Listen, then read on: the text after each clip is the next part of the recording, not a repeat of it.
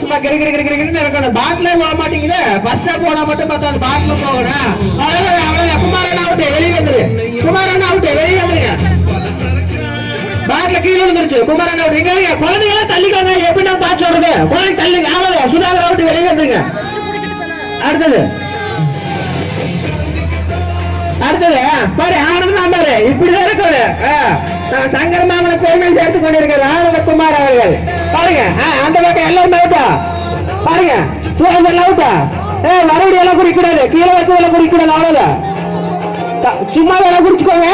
யாரு ஜெயிச்சது யாரு?